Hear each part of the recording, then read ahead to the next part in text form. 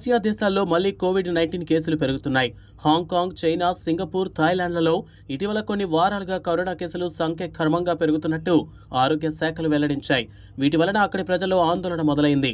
హాంకాంగ్లో ఇటీవల కొన్ని ఆసుపత్రుల్లో ఆక్సిజన్ అవసరమయ్యే తీవ్ర లక్షణాలున్న రోగుల సంఖ్య పెరుగుతుండగా, చైనాలో కూడా ఆరోగ్య కేంద్రాల వద్ద మరోసారి రద్దీ మొదలైంది. సింగపూర్లో ప్రత్యేకంగా ఎక్స్పాట్లు నివసించే ప్రాంతాల్లో కొంతమంది వ్యాధితో బాధపడుతున్నట్టు గుర్తించారు. థాయిలాండ్లో ముఖ్యంగా పర్యాటక ప్రాంతాల్లో కోవిడ్ వ్యాప్తి మళ్లీ ప్రారంభమవుతోంది.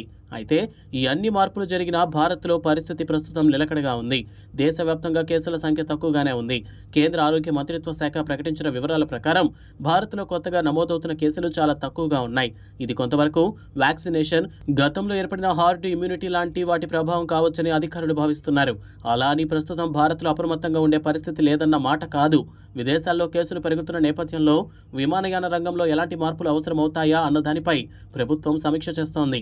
అంతర్జాతీయ ప్రయాణికుల స్క్రీనింగ్, ఉష్ణోగ్రతలు, సిమ్టమ్స్ ఆధారంగా తనిఖీలు మొదలయ్యే అవకాశం ఉంది. ఇందులో ముఖ్యంగా గుర్తుంచుకోవాల్సింది ఏంటంటే, కరోనా మళ్లీ విజృంభించే అవకాశం ఉన్నా ఇప్పటి వరకు భారత్లో అంతగా ప్రభావం కనిపించకపోవటమే. అయితే ప్రజలు అప్రమత్తంగా ఉండటం అవసరం. మాస్కులు, హ్యాండ్ శానిటైజర్ వాడకాన్ని పూర్తిగా మర్చిపోవద్దని నిపుణులు సూచిస్తున్నారు. అంతర్జాతీయ స్థాయిలో కోవిడ్ మళ్లీ విజృంభించినా భారతదేశం దానిపై బలమైన నియంత్రణలో ఉంది. అయితే భవిష్యత్తులో పరిస్థితులు ఎలా మారుతాయన్న దానిపై పూర్తి అవగాహనతో వ్యవహరించాల్సిన అవసరం ఉంది.